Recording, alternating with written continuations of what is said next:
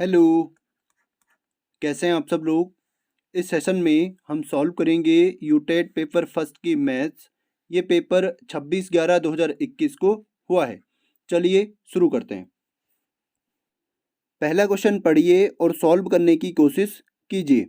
किसी काम को पी और क्यू मिलकर 12 दिनों में, क्यू और आर मिलकर 15 दिनों में तथा आर और पी मिलकर 20 दिनों में समाप्त कर सकते हैं। तो पी अकेले कितने दिनों में काम समाप्त करेगा। पी और क्यू इस काम को करते हैं 12 दिनों में। उसके बाद क्यू और आर इसे करते हैं 15 दिनों में। उसके बाद आर और पी मिलकर इसको करते हैं 20 दिनों में। सबसे पहले इन तीनों का हम एलसीएम निकालेंगे। इनका एलसीएम आएगा 60।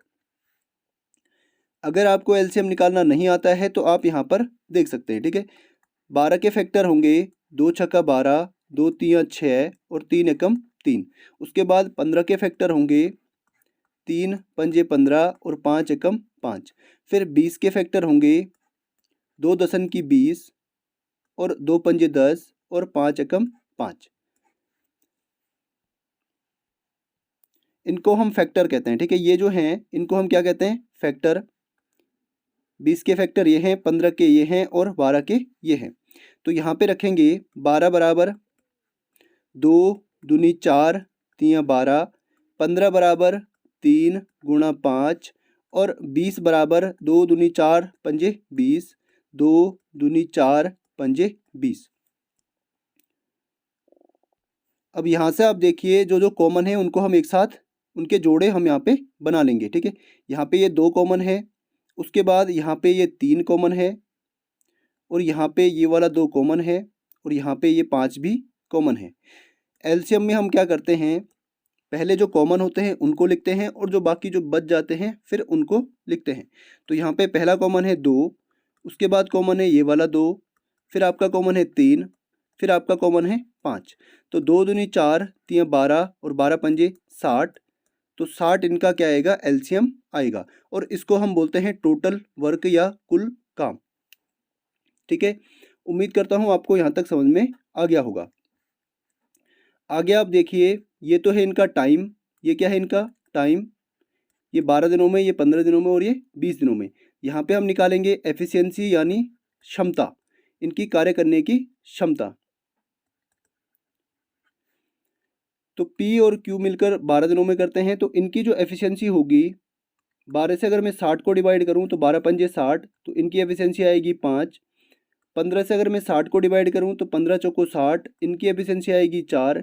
और 20 से अगर मैं 60 को डिवाइड करूँ तो 20 तियाँ 60। तो इन सब की एफिशिएंसी हमें यहाँ पे पता चल गई है, ठीक है। अब यहाँ पे आप देखिए, अगर मैं इन सबको ऐड करूँ P, यहाँ पे P एक बार यहाँ पे एक बार यहाँ पे, तो 2P 2P प्लस Q भी यहाँ पे 2 बार है, 2Q प्लस 2R। उसके बाद इनकी जो टोटल एफिशिएंसी है वो कितनी है, 4 और 5 9 और 3 12। तो इन सब की एफिशिएंसी कितनी है, 12। अगर मैं यहाँ से 2 कॉमन ले लूँ तो यहाँ बचेगा P plus Q plus R बराबर 12। यहाँ से अगर मैं 2 को वहाँ लेके जाऊँ तो P plus Q plus R बराबर होगा 12 बट्टे में जाएगा 2, 2 से कटेगा 6 बार। तो P plus Q plus R की जो टोटल एफिशिएंसी है वो कितनी है, 6 है, ठीक है। और यहाँ से आप देखिए हमें किसका मान पूछा है, P के दिन पूछे हैं कि कितने दिनों में ये काम को पूरा करेगा। तो यहाँ पे हमें P की एफिशिएंसी निकालनी पड़ेगी। तो Q और R की एफिशिएंसी कितनी है, 4 है। Q और R इन दोनों की एफिशिएंसी कितनी है, 4। और P plus Q plus R total efficiency कितनी है, 6। तो 6 में से 4 गया, कितना बचा, 2। इसका मतलब P की जो एफिशिएंसी है वो कितनी है, 2 है। P की एफिशिएंसी कितनी है, 2। और टोटल काम कितना है, 60। तो ये कितने दिनों में करेगा, बट्टे कर देंगे 2 से, 2 से कटेगा ये 30 बार। तो 30 दिनों में इस काम को ये पूरा करेगा। आपको मैंने एकदम आराम से और एकदम बेसिक से आपको समझाया है, इसमें थोड़ा सा टाइम लग रहा है, ठीक है, क्योंकि ये वीडियो उन लोगों के लिए भी है जिनकी मैथ्स नहीं है और जिनको आता है वो लोग स्किप कर सकते हैं।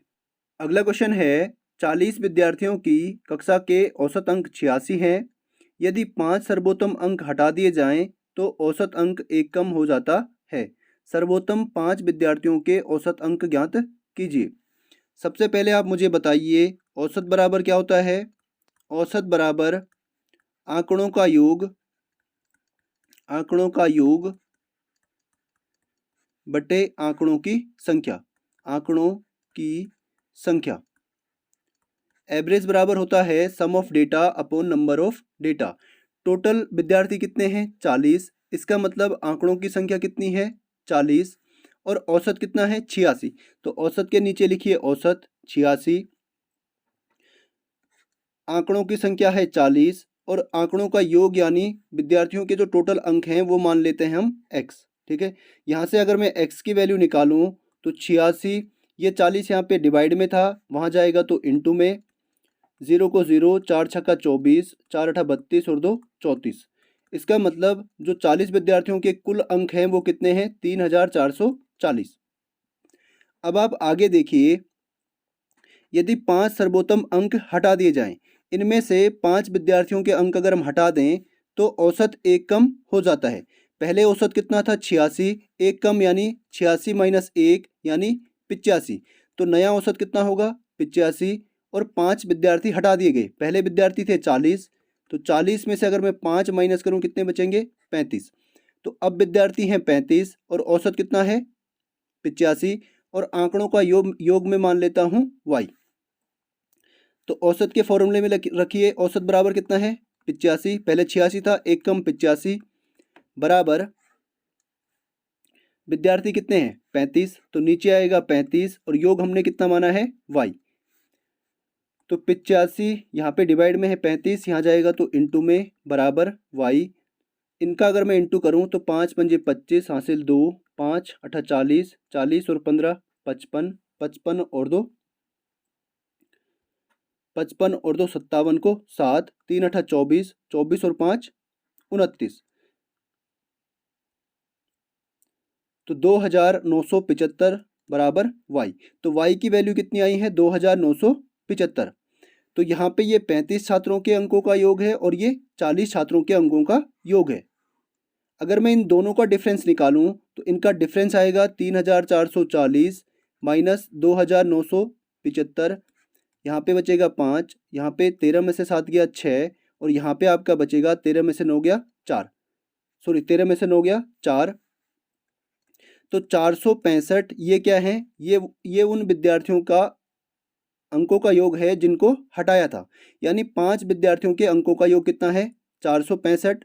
और औसत बराबर क्या होता है, औसत बराबर होता है योग बटे संख्या। योग कितना है 465 और कितने पूछा है 5 विद्यार्थियों के औसत अंक, यानी विद्यार्थी कितने हैं 5। 5 से अगर मैं काटूं तो 5 नमा 45 और 5 तियाँ 15 यानी 93 इसका राइट आंसर होगा, ऑप्शन नंबर सी। अगला क्वेश्चन है, प्राथमिक स्तर के गणित अध्यापक के साथ मुख्य समस्या क्या है। तो इसका जो राइट आंसर आपका है ऑप्शन नंबर ए इसका राइट आंसर है, शिक्षण शास्त्रीय प्रशिक्षण का अभाव, लैक ऑफ पेडागोजिकल ट्रेनिंग। अगला क्वेश्चन है, निम्नलिखित में से कौन सी विधि देखो सुनो और सीखो के सिद्धांतों पर आधारित है। जल्दी से अपना आंसर बताइए। इनमें से कौन सी विधि देखो सुनो और सीखो के सिद्धांत पर आधारित है। तो ये विधि आपकी है डेमोन्स्ट्रेशन विधि यानी प्रदर्शन विधि। चलिए इसको सॉल्व कीजिए। आपको दिया गया है x प्लस वाई बराबर 2a। इसको हम लिख सकते हैं x प्लस वाई बराबर a प्लस ए। यहाँ पे आपको दिया गया है x माइनस ए, तो यहाँ पे इसको भी हम x माइनस ए बनाएंगे।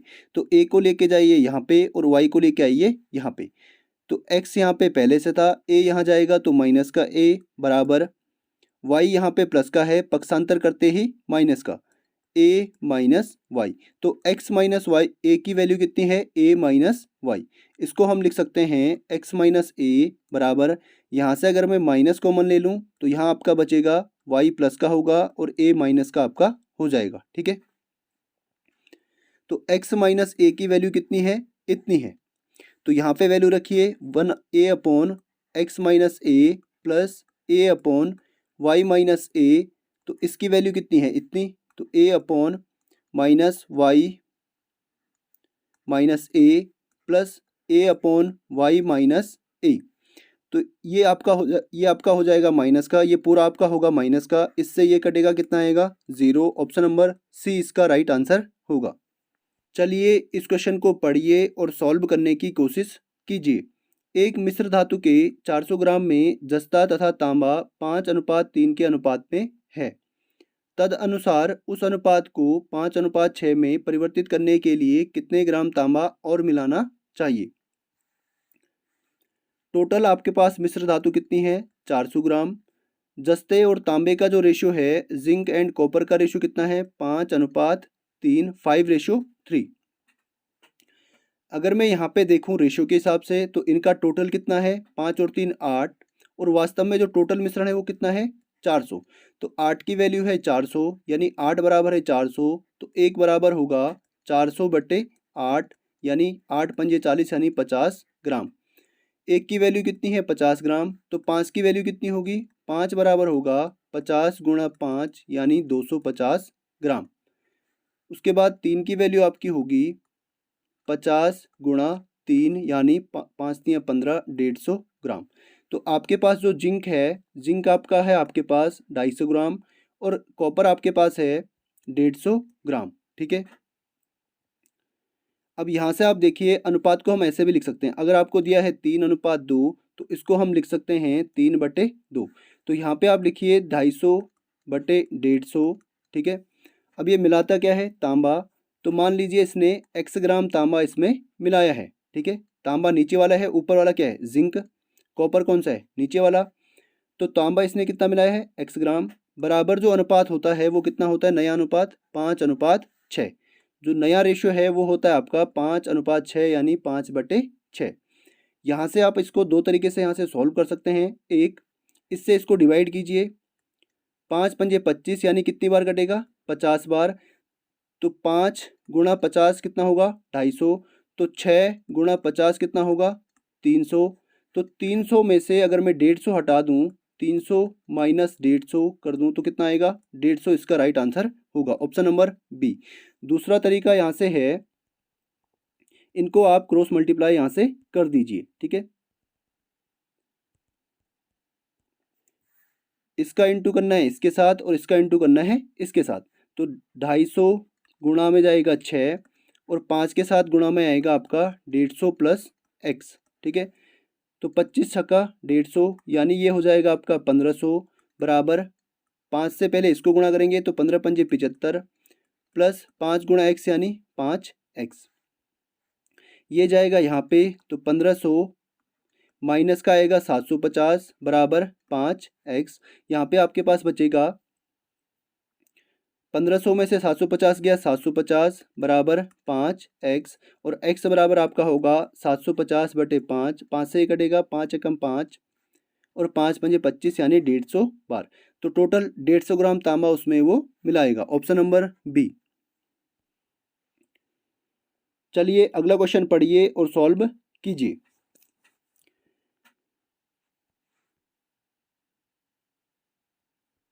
एक भिन्न के अंश तथा हर प्रत्येक में एक घटाने पर भिन्न 1/3 हो जाती है।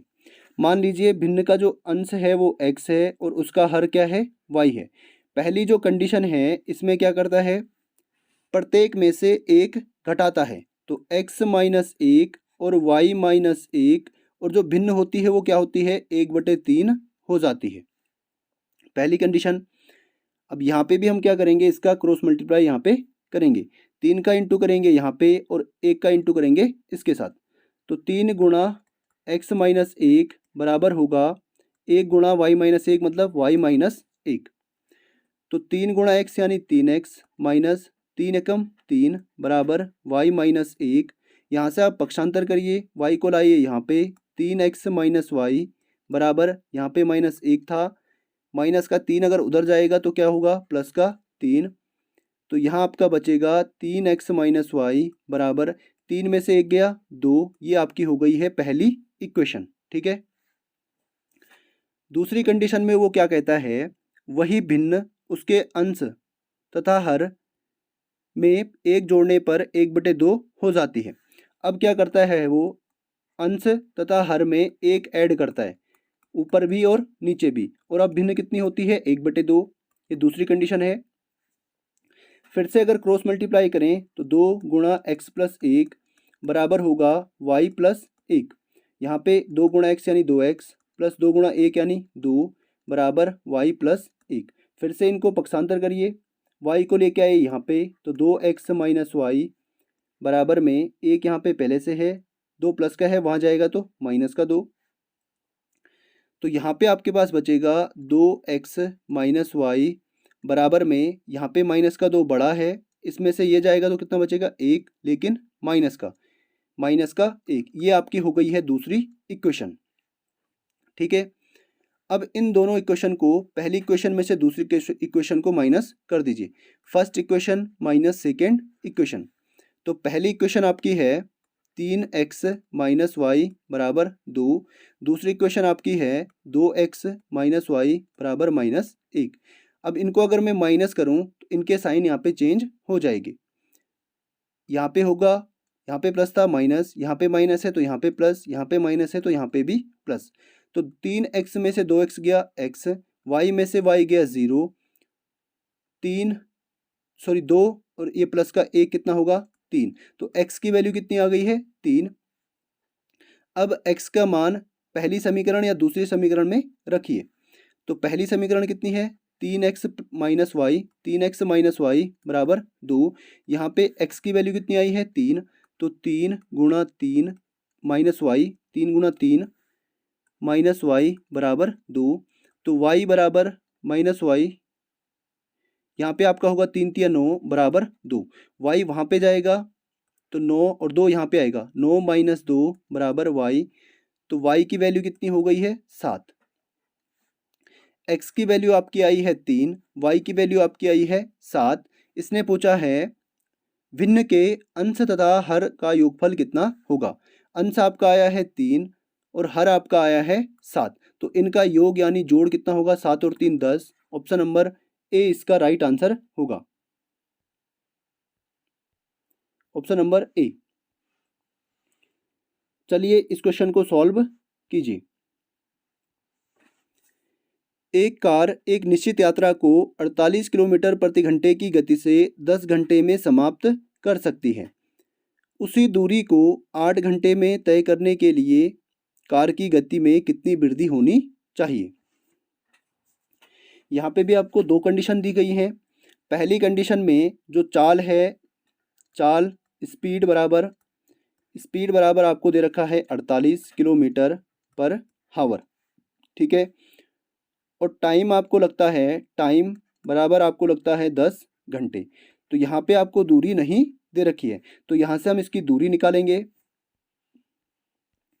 चाल बराबर होता है, चाल बराबर दूरी बटे समय। स्पीड बराबर होता है डिस्टेंस अपॉन टाइम। यहाँ पे चाल कितनी है, 48 बराबर दूरी हमें निकालनी है और समय कितना है, 10 घंटे। तो दूरी बराबर आपका होगा 48, ये यहाँ पे डिवाइड में था, यहाँ जाएगा तो इंटू में, इंटू 10। तो 48 गुणा 10 यानी 480 किलोमीटर इसकी क्या हो गई है, कुल दूरी हो गई है। अब आपके पास दूरी कितनी है, 480, और टाइम कितना लगता है, 8 घंटे। टाइम आपको लगता है 8 घंटा। तो चाल कितनी होगी, चाल बराबर दूरी बटे समय। समय यानी दूरी आपकी है 480, समय आपको लगता है 8 घंटे का। 8 से इसको अगर मैं काटूँ तो 8 छक 48 यानी 60 किलोमीटर पर हावर। पहले स्पीड कितनी थी, पहले स्पीड आपकी थी 48, अब स्पीड आपकी हो गई है 60। तो कितने की वृद्धि हुई है, कितने की वृद्धि हुई है, 12 किलोमीटर पर हावर की। ऑप्शन नंबर बी इसका राइट आंसर हो जाएगा। चलिए अगला क्वेश्चन पढ़िए और सॉल्व करने की कोशिश कीजिए। इसको थोड़ा सा हम यहाँ पे जूम कर लेते हैं। ठीक है, यहाँ पे आपको एक नंबर दे रखा है, उसके आप सबसे पहले फैक्टर कीजिए। 216 यानी 2160 के यहाँ पे हम फैक्टर निकालेंगे। तो 2 एकम 2, 2 0 को 0 और 2 8 16, 2 0 को 0। फिर 2 से काटेंगे, 2 पंजे 10, 2 चौको 8, 2 0 को 0, 2 दूना 4, 1 बचा 4, 1 और 4 यानी 14, 2 7 14 और 2 0 को 0। फिर 2 से 2 एकम 2, 2 3 6, 1 0 यानी 10, 2 पंजे 10। फिर 3 से 3 चौको 12, 3 पंजे 15। फिर 3 से 3 एकम 3, 3 पंजे 15। फिर 3 से 3 पंजे 15 और 5 एकम 5। तो यहाँ पे जो इसके फैक्टर हैं वो क्या है, 2 की पावर कितनी है, इसके फैक्टर होंगे 2160 के जो फैक्टर हैं वो हैं 2 गुणा 2 गुणा 2 गुणा 2 गुणा 3 गुणा 3 गुणा 3 गुणा 5। यहाँ पे आप देखिए 2 कितनी बार है, 4 बार, यानी 2 की पावर 4 गुणा 3 कितनी बार है, 3 बार, तो 3 की पावर 3 और 5 कितनी बार है, 1 बार, तो 5 की पावर 1। तो यहाँ पे आपको दिया गया है 2 की पावर a, यानी 2 की पावर a मतलब 4, a की वैल्यू कितनी है 4। 3 की पावर b, यानी 3 की पावर कितनी है 3, तो b की वैल्यू कितनी है 3। और 5 की पावर 1, यानी c की वैल्यू कितनी है 1। ठीक है, यहाँ तक आपको समझ में आ गया होगा। अब आपको इसमें वैल्यू रखनी है 3 की पावर a इंटू 2 की पावर माइनस b इंटू 5 की पावर माइनस c, इसकी वैल्यू आपको निकालनी है।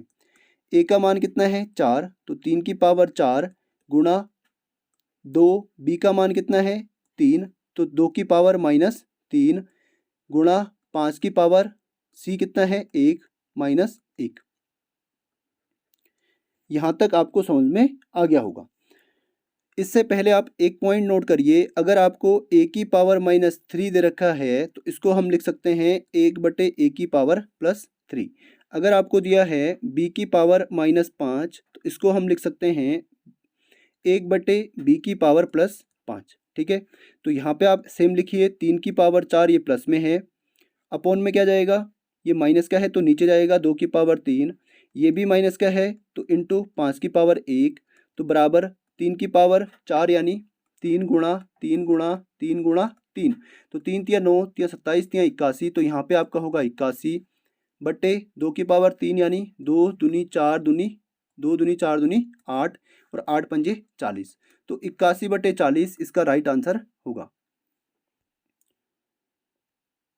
चलिए इस क्वेश्चन को पढ़िए और सॉल्व करने की कोशिश कीजिए।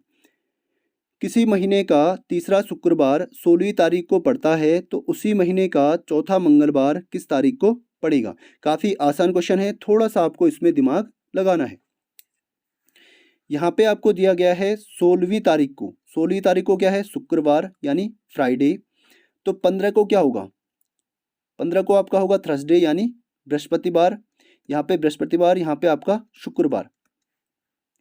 14 को आपका होगा, 14 को आपका होगा वेडनेसडे यानी बुधवार, और 13 को आपका होगा मंगलवार। ठीक है, 13 तारीख को क्या होगा मंगलवार। अगर 13 को मंगलवार है तो इससे पहला मंगलवार कब पड़ेगा, 13 में से 7 गया, 6 तारीख को मंगलवार पड़ेगा। इसका मतलब इस महीने का जो पहला मंगलवार है वो कितने को पड़ेगा, 6 तारीख को। दूसरा मंगलवार 13 तारीख को। तीसरा मंगलवार 13 और 7 20 यानी 20 तारीख को। 20 तारीख को तीसरा मंगलवार, 20 और 7 27 तारीख को इसका पड़ेगा चौथा मंगलवार। उम्मीद करता हूँ आपको समझ में आ गया होगा। ठीक है, अगला क्वेश्चन है, यदि एक कमरे की लंबाई और चौड़ाई क्रमशः 10% और 20% घटाई जाए और उसकी ऊंचाई को 5% बढ़ाया जाए तो इस प्रकार से बने कमरे के आयतन में कितने प्रतिशत का परिवर्तन होगा। क्वेश्चन को आप ध्यान से पढ़ना। इसको हम दो तरीके से कर सकते हैं। पहला तरीका आप देखिए, एल बी और एच, लंबाई चौड़ाई और ऊंचाई। मान लीजिए जो पहले लंबाई थी वो 100 थी, चौड़ाई भी कितनी थी 100 थी, और ऊंचाई भी कितनी थी 100 थी। ये ओरिजिनल है और यहाँ पे नई वाली है। ठीक है, इसमें 10% की कमी की गई, तो इसकी जो लंबाई है, लंबाई में 10% की कमी यानी 90। अब लंबाई कितनी हो गई है 90। पहले चौड़ाई 100 थी, इसमें 20% की कमी की गई, कितनी हो गई है 80। और हाइट अगर पहले 100 थी और इसको कितना बढ़ाया गया है 5, तो अब कितनी होगी 105। इनका हम यहाँ पे रेशो निकालेंगे। एक जीरो से एक जीरो कट गया, यहाँ पे भी एक जीरो से एक जीरो कट गया, 5 से कटेगा 20 बार और 5 से कटेगा 5 दूना 10 और 5 एकम 5।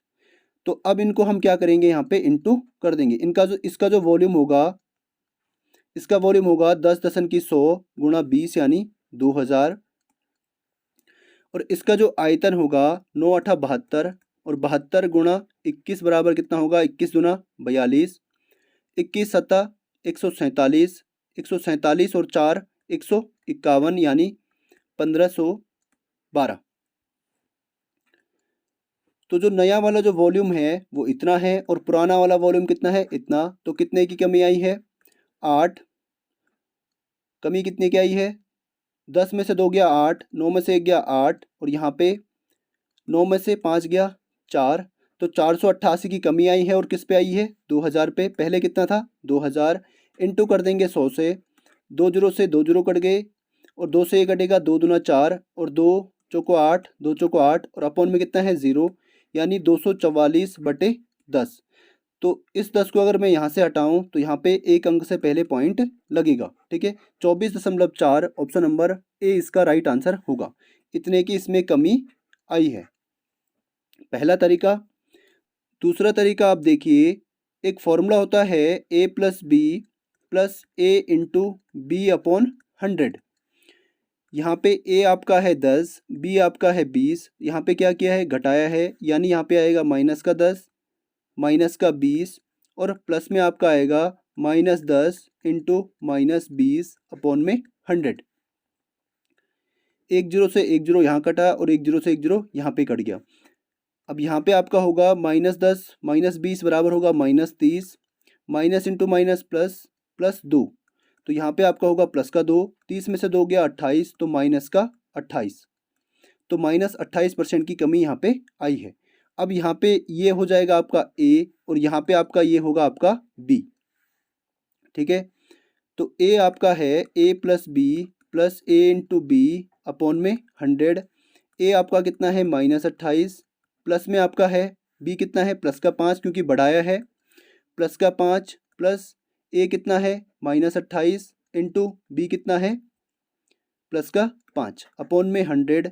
5 से कटेगा 20 बार, 2 से कटेगा 14 बार और नीचे क्या है 2 दशम की 20। यहाँ पे आपके पास आएगा 28 में से 5 गया -23 और यहाँ पे आपके पास आएगा प्लस इंटू माइनस माइनस 14/10 का मतलब क्या होगा 1.4, माइनस का 1.4।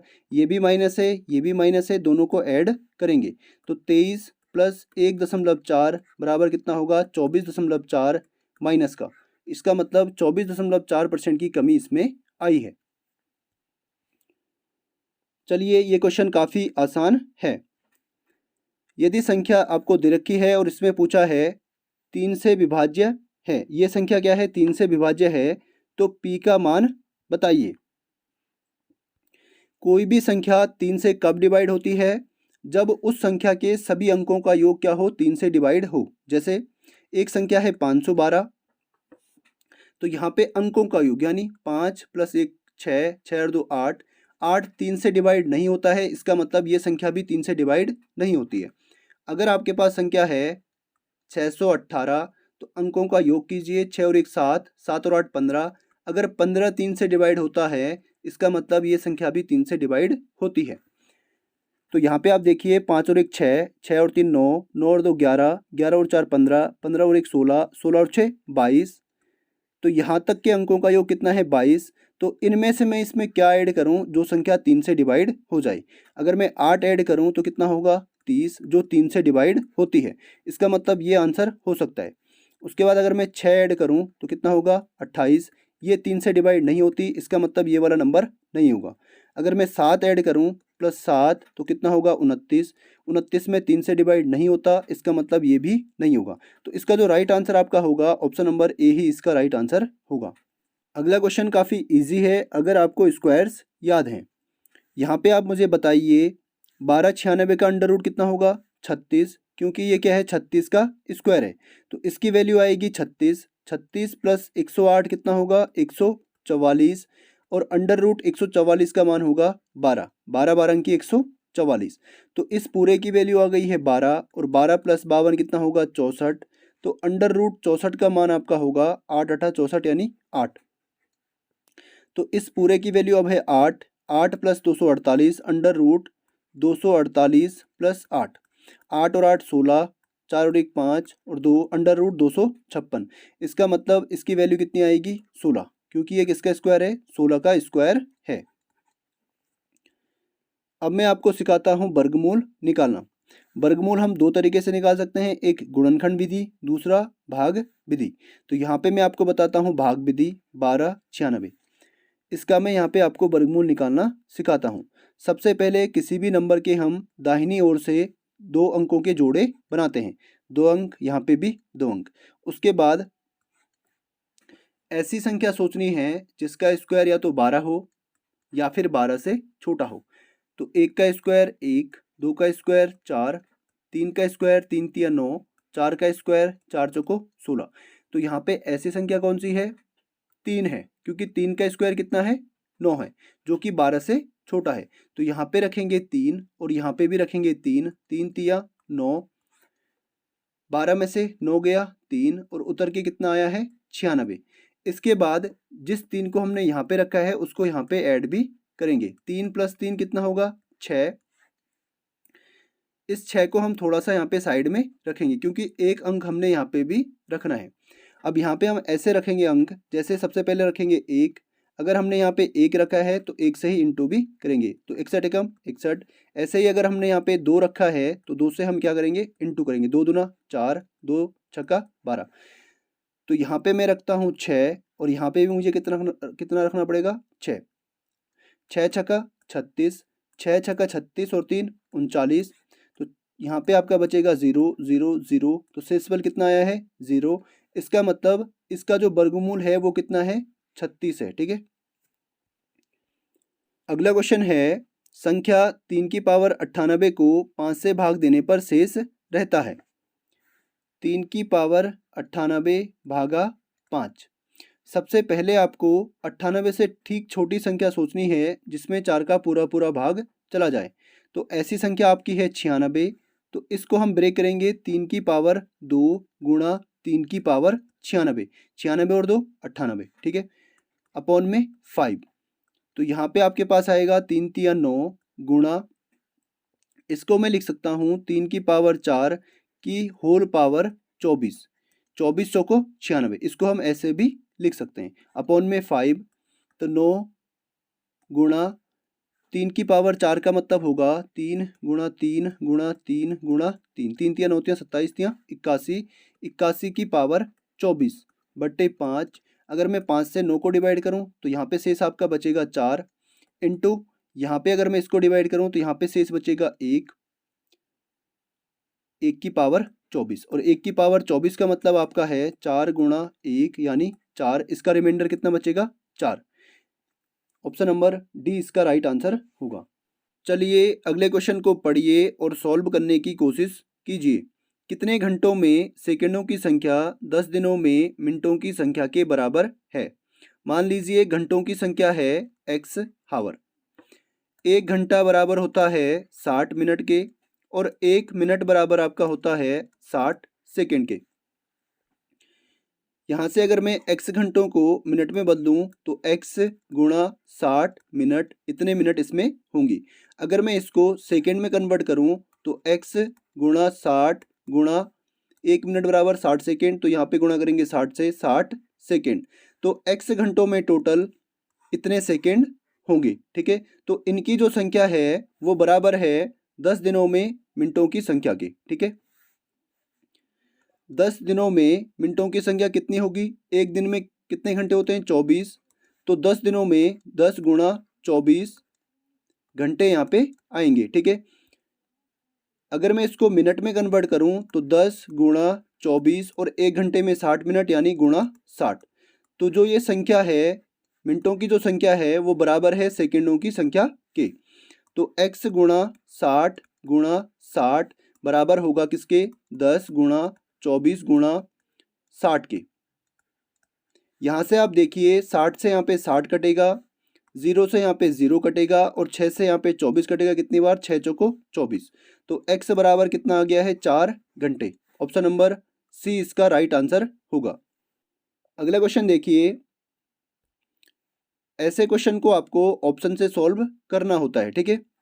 यहाँ पे इसका जो राइट आंसर आपका होगा वो होगा ऑप्शन नंबर सी। आप एक एक करके सभी ऑप्शंस को चेक कर सकते हैं। यहाँ पे अगर मैं y की जगह पे रखूँ 8 और x की जगह पे रखूँ 5 तो इसका आंसर आपको मिल जाएगा। यहाँ पे रखिए 8, y की जगह में 8 और x की जगह में रखिए 5। 16 में से 9 गया 7, 16 में से 8 गया 8 और 14 में से 6 गया 8 और 8 में से 5 गया 3। तो ऑप्शन नंबर सी इसका राइट आंसर होगा। चलिए इसको सॉल्व कीजिए। इसको सॉल्व करने से पहले एक फॉर्मूला आप याद कीजिए, ए प्लस बी का होल स्क्वायर बराबर होता है A square plus 2ab plus B square. यहाँ पे आप देखिए 2ab, यहाँ से भी आपको 2ab इसको बनाना है। 2 यहाँ पे पहले से है, a का मान कितना है? √6 और b का मान आप ले लीजिए 1, ठीक है। तो यहाँ पे आप वैल्यू रखिए, a का मान कितना है? √6, √6 का whole square plus 2 into a का मान कितना है? √6 इंटू b का मान कितना है? 1 प्लस 1 का स्क्वायर। अब यहाँ पे ये आपके पास एक फॉर्मूला बन गया है, a square plus 2ab plus B square. तो इसको हम लिख सकते हैं √6 प्लस 1 का होल स्क्वायर। इसका आपको क्या करना है? अंडर रूट करना है, यानी स्क्वायर रूट इसका निकालना है। तो इसको अगर मैं स्क्वायर रूट करूँ तो यहाँ से इसका स्क्वायर हट जाएगा, यहाँ बचेगा आपका √6 प्लस 1। ऑप्शन नंबर ए इसका राइट आंसर होगा। अगला क्वेश्चन है, एक घन का आयतन 64 सेंटीमीटर क्यूब है। घन का कुल पृष्ठीय क्षेत्रफल क्या होगा? एक घन आपको दिया है, मान लीजिए घन की भुजा है a सेंटीमीटर। घन की भुजा कितनी है? a centimetre. घन का आयतन बराबर है 64 सेंटीमीटर क्यूब। घन का आयतन क्या होता है? भुजा का क्यूब, यानी a का क्यूब बराबर 64 सेंटीमीटर क्यूब। अब 64 किसका क्यूब होता है? 64 होता है 4 का क्यूब। 4 गुणा 4 गुणा 4 बराबर होता है 64। इसका मतलब a की वैल्यू कितनी आएगी? 4। तो घन की भुजा कितनी है? 4 सेंटीमीटर। अब इसने पूछा है घन का कुल पृष्ठीय क्षेत्रफल। घन का कुल पृष्ठीय क्षेत्रफल बराबर होता है 6a स्क्वायर। 6 गुणा भुजा का स्क्वायर। तो 6 गुणा भुजा कितनी है? 4 सेंटीमीटर, तो 4 का स्क्वायर। तो 6 गुणा 4 गुणा 4, 6 चौको 24 और 24 चौको 96। ऑप्शन नंबर डी इसका राइट आंसर होगा। अगला क्वेश्चन है, एक समकोण त्रिभुज नहीं हो सकता है। एक समबाहु त्रिभुज कुछ ऐसे होता है। इसमें इसकी तीनों भुजाएं इक्वल होती हैं। दूसरा, इसका प्रत्येक कोण 60 डिग्री का होता है, 60 डिग्री। जबकि एक समकोण त्रिभुज में एक कोण कितने डिग्री का होता है? 90 डिग्री का। तो इसका जो राइट आंसर होगा वो होगा ऑप्शन नंबर ए। बाकी एक समद्विबाहु त्रिभुज हो सकता है। समद्विबाहु का मतलब है इसकी ये दो भुजाएं क्या होंगी? इक्वल होंगी। और ये वाला कोण कितना होगा? 90 डिग्री का। तीसरा, एक विषमबाहु त्रिभुज। तो विषमबाहु त्रिभुज भी हो सकता है। इसकी तीनों भुजाओं की जो लंबाई होगी वो अलग अलग होगी, ठीक है। तो यहाँ पे 90 डिग्री, ये भी क्या है? समकोण त्रिभुज है। एक बहुभुज का मतलब है एक से अधिक भुजाएं जिसमें होती हैं। तो ये तीनों हो सकते हैं, ये वाला नहीं हो सकता।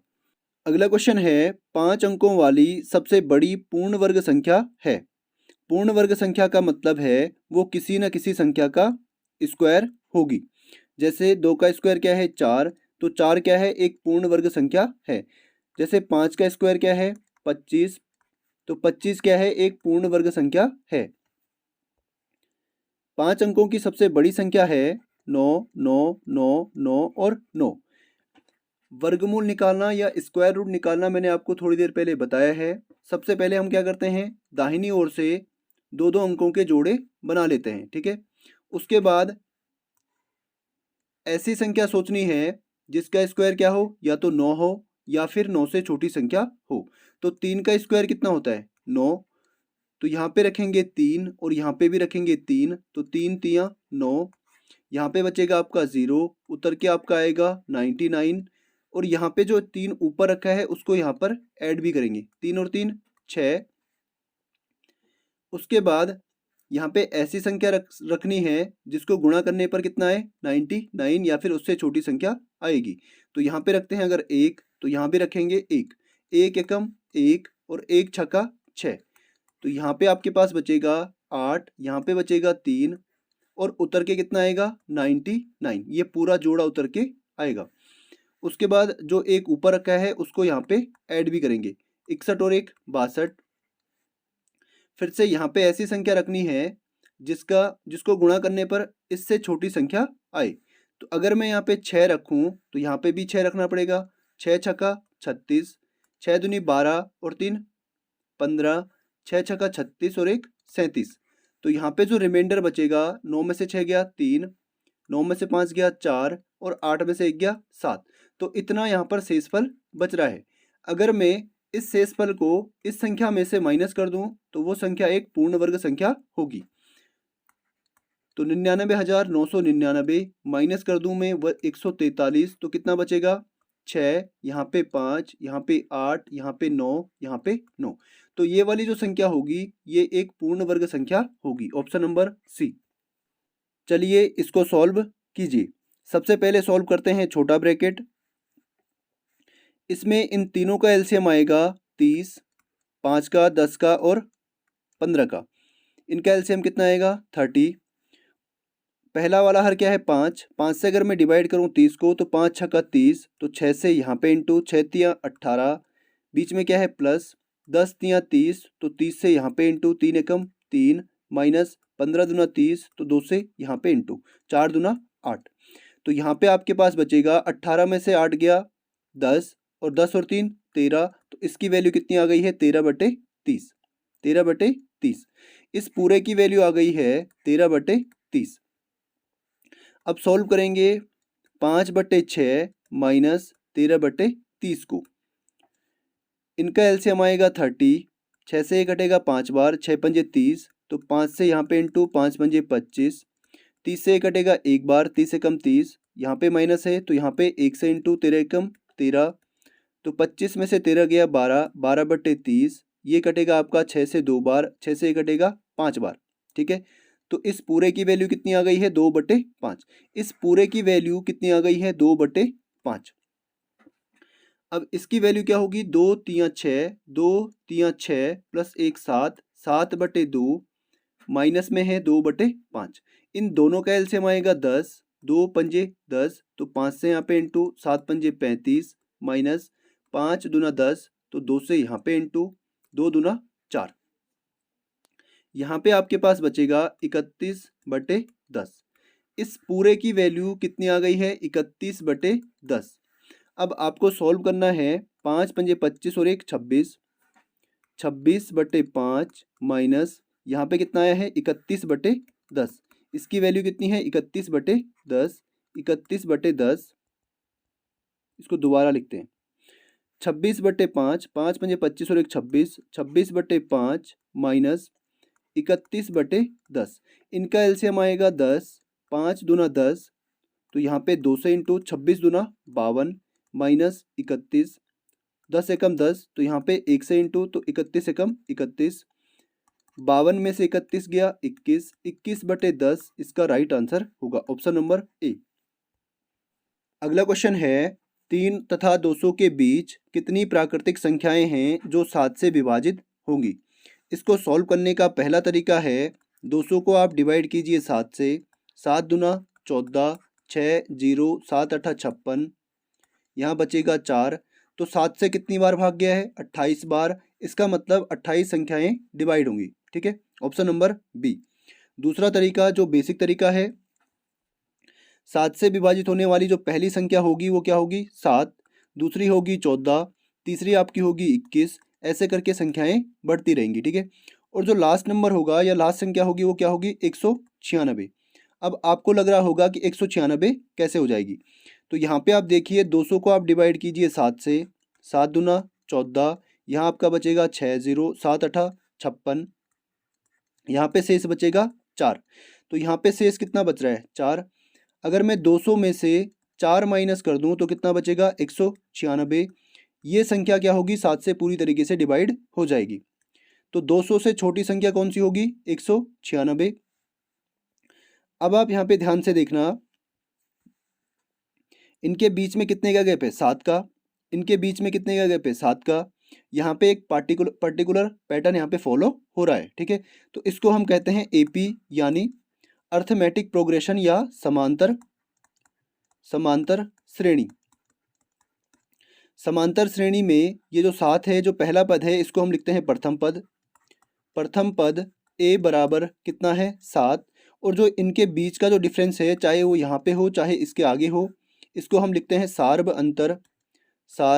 अंतर डी बराबर 14 माइनस 7 या 21 माइनस 14 बराबर कितना होगा 7।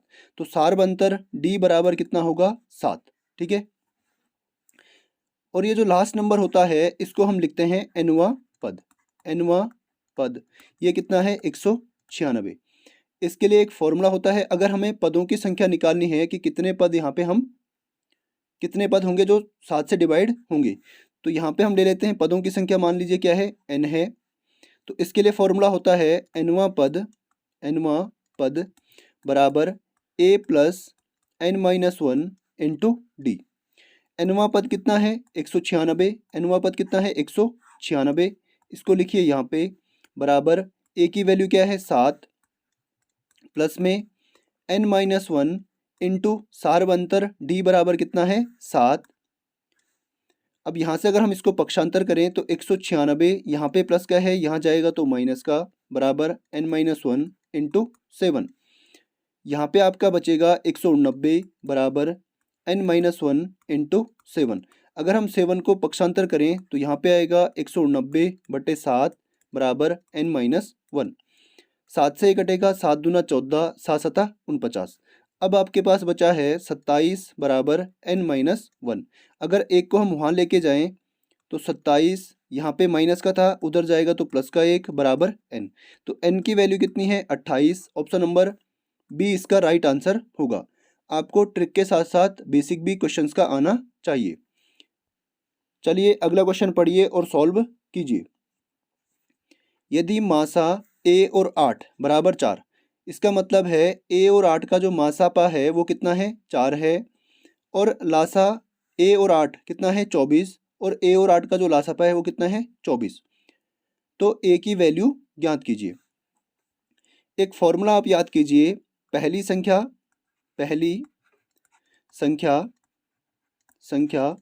गुणा दूसरी संख्या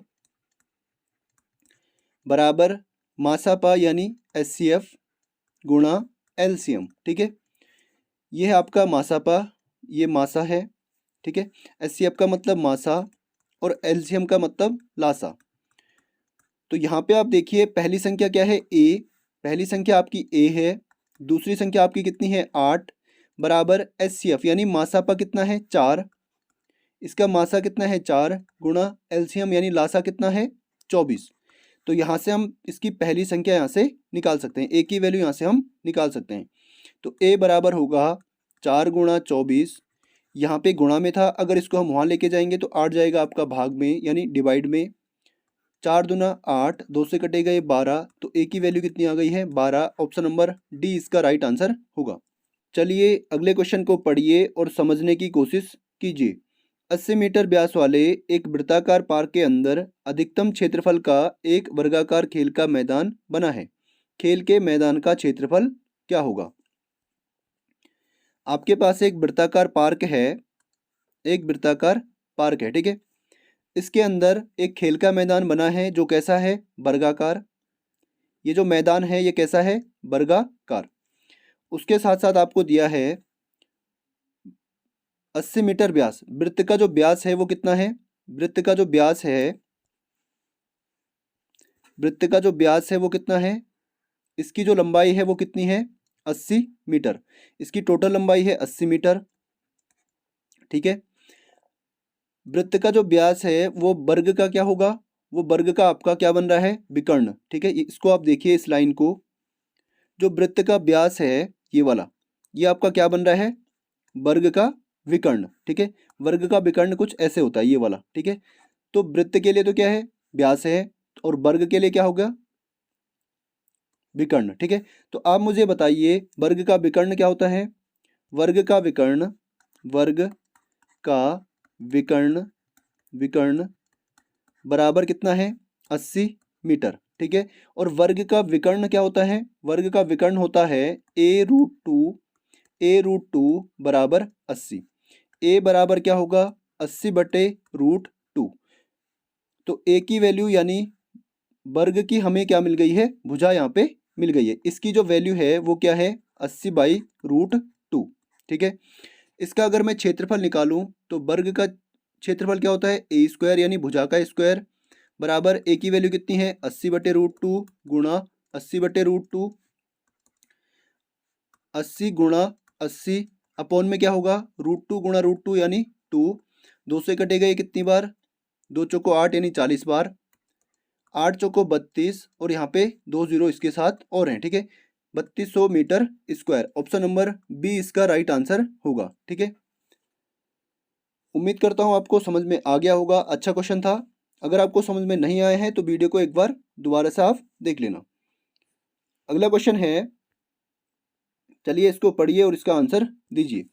वह विधि जिसमें उदाहरणों के द्वारा नए नियमों की स्थापना की जाती है, वह कौन सी विधि है जिसमें उदाहरणों के द्वारा नए नियमों की स्थापना की जाती है। इसको कहते हैं आगमन विधि। ऑप्शन नंबर बी इसका राइट आंसर होगा। अगला क्वेश्चन है, गणित की सर्वाधिक प्राचीन शाखा कौन सी है, इनमें से गणित की सबसे पुरानी शाखा कौन सी है। इसका आपका राइट आंसर आपका होगा ऑप्शन नंबर बी, अंक गणित। अंक गणित गणित की सर्वाधिक प्राचीन शाखा है। प्राथमिक स्तर पर गणित का क्या महत्व है, जल्दी से अपना आंसर बताइए। प्राथमिक स्तर पर गणित का क्या महत्व है। इसका राइट आंसर आपका है ऑप्शन नंबर डी, मानसिक महत्व। अगला क्वेश्चन है, होगवेन के अनुसार गणित सभ्यता का दर्पण है, यह कथन गणित के किस मूल्य से संबंधित है। जल्दी से अपना आंसर बताइए। इसका राइट आंसर आपका है ऑप्शन नंबर ए, सांस्कृतिक मूल्यों से। चलिए इसको सॉल्व कीजिए, काफ़ी आसान क्वेश्चन है। x अनुपात y आपको दिया है 1:2। ठीक है, उसके बाद आपको वैल्यू निकालनी है 8x + 9y। अनुपात का मतलब अपॉन में लिखेंगे हम 8x + 2y की। यहाँ पे आप देखिए x की वैल्यू कितनी है 1 और y की वैल्यू कितनी है 2। तो 8 गुणा x का मान कितना है 1 प्लस 9 गुणा y का मान कितना है 2। अपॉन में आएगा 8 गुणा 1 प्लस 2 गुणा y का मान कितना है 2। तो 8 एकम 8 प्लस 9 दूना 18, अपॉन में आएगा 8 एकम 8 प्लस 2 दूना 4। 18 और 8 आपका होगा 26, और 8 और 4 आपका होगा 12। 2 से कटेगा ये 13 बार, 2 से कटेगा ये 6 बार। तो ऑप्शन नंबर सी इसका राइट आंसर हो जाएगा। अगला क्वेश्चन पढ़िए और समझने की कोशिश कीजिए। अच्छा क्वेश्चन है, किसी 30 सेंटीमीटर त्रिज्या तथा 45 सेंटीमीटर ऊंचे शंकु को पिघलाकर 5 सेंटीमीटर त्रिज्या वाली गेंदों में परिवर्तित किया गया। गेंदों की संख्या ज्ञात कीजिए। आपको एक शंकु दिया गया है और उसको पिघलाकर गेंदें बनाई गई हैं। तो यहाँ पे आप देखिए एक शंकु आपके पास है,